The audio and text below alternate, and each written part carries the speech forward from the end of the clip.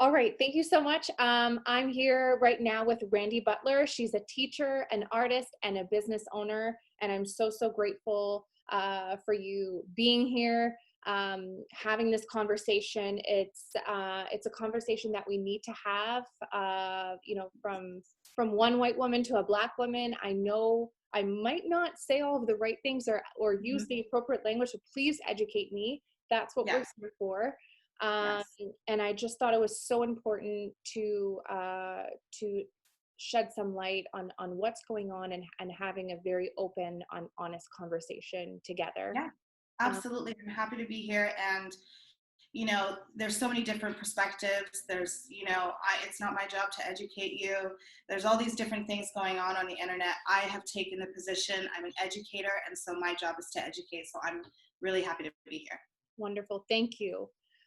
So if you don't mind, maybe my first question is if you can just tell us a little bit about yourself and walk us through how, what are you feeling? What are your thoughts and feelings about what is going on right now? Um, Um, so I'll just give you a little background on myself. I'm actually South African and was raised in London and then moved to California. So I've had very different experiences with race across the board internationally. And one of the things I noticed, I grew up in Calabasas when we moved here, which we all know is a predominantly white, rich, affluent neighborhood. And when I moved here, my first experience really with race was when a student called me an Oreo.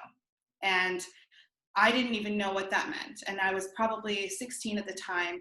And these little moments that Black kids are having all over, especially when they're minority in any space. So it's almost like a silent struggle that a lot of Black community has dealt with, whether it's in the workspace, it's in school, it's in a grocery store. So we've been very silent to kind of maintain the comfort levels and the peace.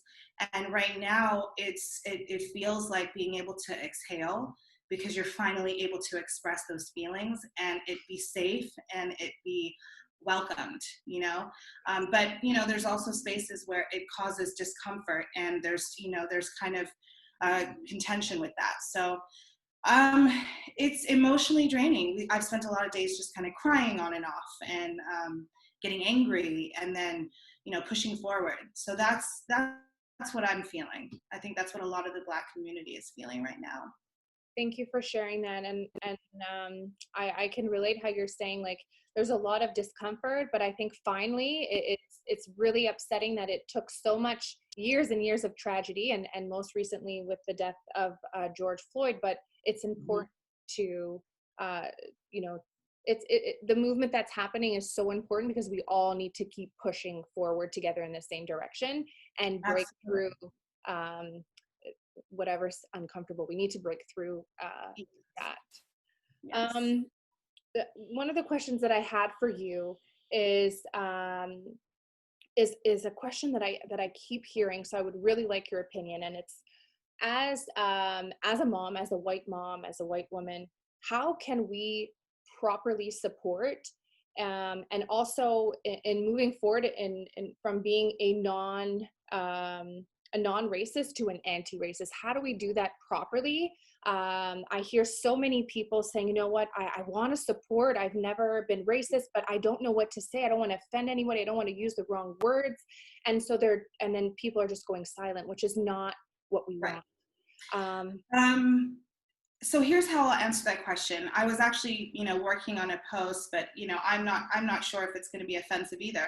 I think there's so many levels of things. There's obviously political change, there's policy change, educational reform, but I think the most important thing that like I would say to you is to really tackle the fragility that's been built over time, and that has happened because most likely you've been segregated or you haven't had as much experience being with people of color than I have being with non-people of color. yeah, And so there's been just that discomfort because there's not been enough exposure.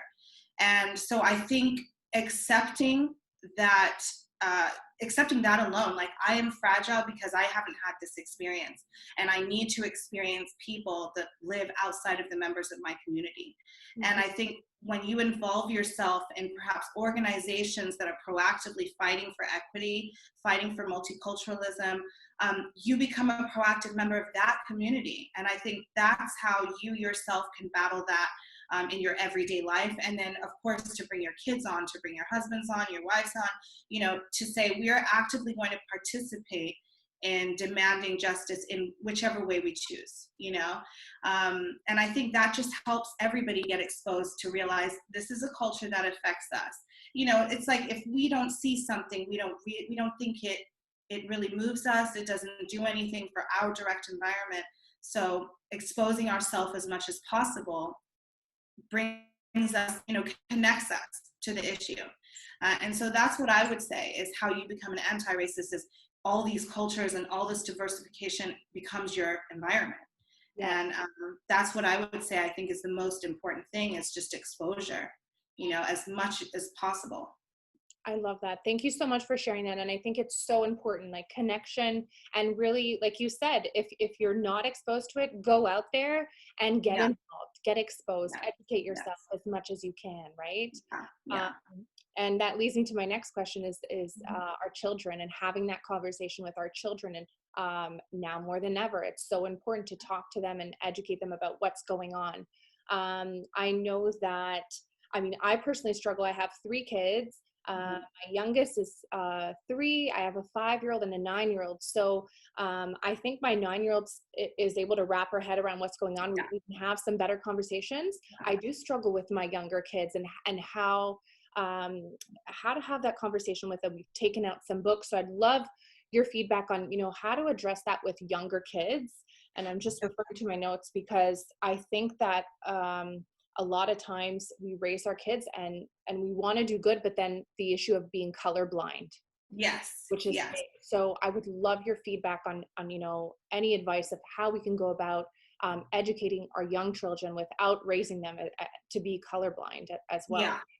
Exactly. I'm glad you said that because the whole colorblind thing kind of it promotes an implicit bias, right? Where you're just not conscious that you have these, preferences, but you do. And again, it goes back to not being exposed. And so I did a kind of a post on this and I did a blog on it. And, 2 to 5 is an age I've taught for many years. It's my favorite age to teach. And how I usually start these types of conversations is really pointing out differences. When I sit in circle time with my students, we might talk about, we sometimes will go around and compliment each other on different things that we have. It might be a physical appearance, it might be clothing, it might be shoes. So we're getting into the dialogue of noticing something is different and then, like praising for that difference. And then that filters along to just playtime, that filters along to like, kids not wanting to share and kids wanting what someone else has. It lays the foundation for respecting difference. And I think that's where you start with your kids. You need to definitely have books that have multicultural perspectives in them. Toys, I know a lot of, for my daughter, I bought her an Asian, she has Asian Barbies. She did the American Girl thing. So we had, dolls of all ethnicities. And I love that they offer a story with that. And I would go to a map, show her where these type of people live, and maybe we'll talk about the food. I'll continuously talk to her about things that she may not see in her direct world. And I think that's how you start it. It doesn't have to be, at that age, they don't need to know about the injustice yet. They just need to recognize not everybody is like me, and I'm thankful for that. Culture. Yeah. Yes. Yeah. I think I said something, I love to kind of take the crayons in a box and draw them a picture with all the crayons. Mm-hmm. And then I take all of them out and I just use one crayon. And we talk about how much more amazing or beautiful or exciting it is to do not only create a picture with using all the crayons, but just how sad it is to have just one layer of the world. And I think if they can see it, they're able to absorb it. put things into perspective for them. I love, Yes, love yes, that. That's a great yeah. analogy. Thanks for sharing. I bet a lot of parents will use that with their kids because you need Yeah, somewhere. yeah. And these are things you can do at home. These are, it's just creating a cultural environment as best as you can. Yes. There's so many groups out there that have mommy and baby classes that are just a little bit outside of your area, but will promote that, even for you Yep. as a parent. So that's, it to me, at that age, it's all about exposure.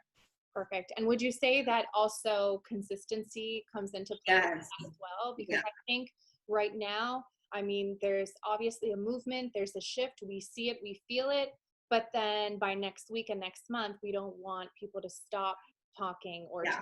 to, to keep having these conversations and to be. Exactly. This is what my biggest fear is. Today we obviously got the news that the other three officers were charged. And, as much as I think I was so happy to hear that, my fear was that, okay, once we've done this, that we will lose the fight of continuing to press on. And so, yeah, it's got to be consistent.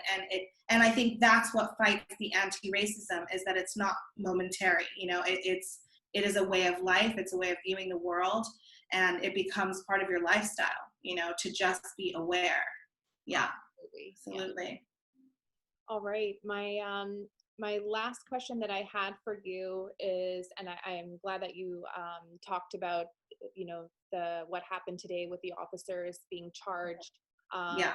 and so, do you feel that with all the protesting, do you feel that there is change coming? Do you feel that Yeah. yeah, do you feel that that change is coming? Do you feel that all, like, I know that a lot of people are saying, you know what, this has happened for a reason, and we must see change. Like, we can't let people just die for no reason, and we must see change. So Yeah. what's your thought on that? Do you really feel that there is a shift coming? I mean, it's such a hard thing, because you don't, you try not to fall into these cyclical emotions of, we've done this before and we still got here. So what I try to focus on and encourage is to continue to do the work. I think they may see this charge as change, Mhm. but we're talking about, real reform of the system, a complete uprooting of what has existed, for the past 400 years. So I'm hopeful, but it's going to require everybody to be on board, and it's, relentlessness, pursuit of justice, and not just in the names of the Black men and Black women who have died, but in the name of equality. I just think to myself, why would we only want to value a certain part of our community when there's so much that we're not tapping into in the other parts of the community that we don't value the same? So I think, I'm hoping that change is going to come, and I know I'm going to do everything I can. I just got off the phone with the board, and then had, a parent tell me, well, hold on, I know they said that they were doing those things, but they're actually not. So now I know I've got to go back and I've got to email again. And it's that kind of energy that we have to maintain Yeah. in order to really see change. So.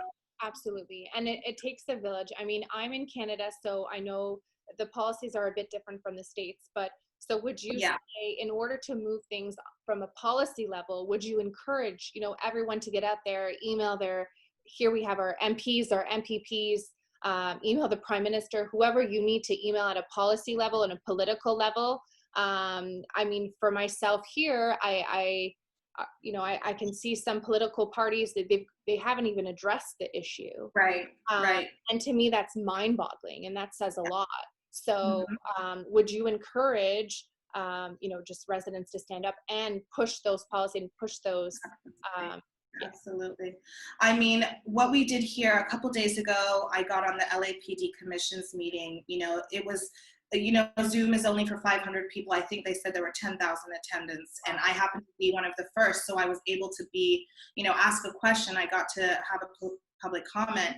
And the outrage that the people were pouring into this meeting was, you know, it was palpable. And today we just heard that they're considering, you know, switching the budget around to take away from funding the police as much as we are and put it back into communities. So today I was just like, oh, okay, maybe that wasn't in vain. You know, maybe they heard and they listened. So yes, absolutely.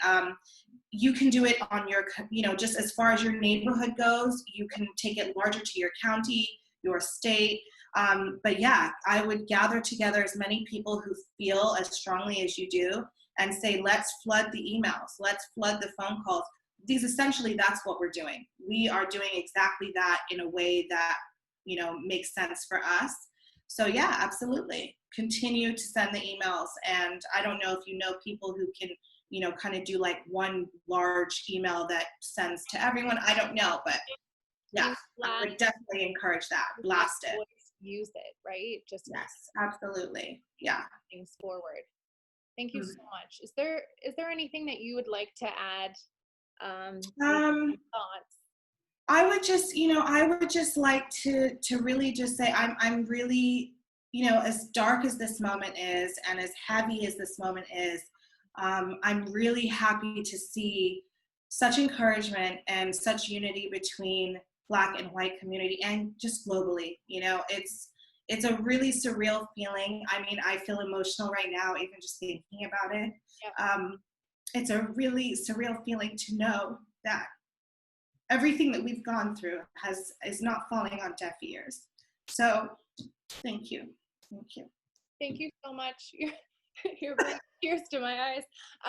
Thank you so much for being here today. I know we talked about that before we recorded, but I want to just let everyone know that, again, I brought you on here today because it's an important conversation to have.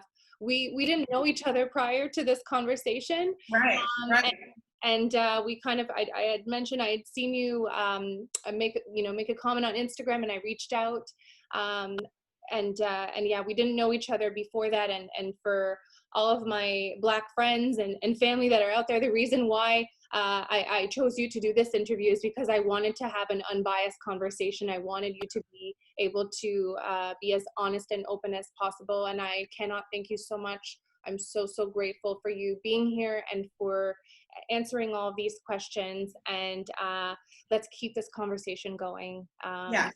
Absolutely. So important. Thank you so Absolutely. much. Thank you so much for having me. And, you know, I hope that this is helpful. And, you know, please message me if there's any other questions you have. And, you know, I appreciate you. Thank you. And if anybody wants to reach you, what's the best way that they can?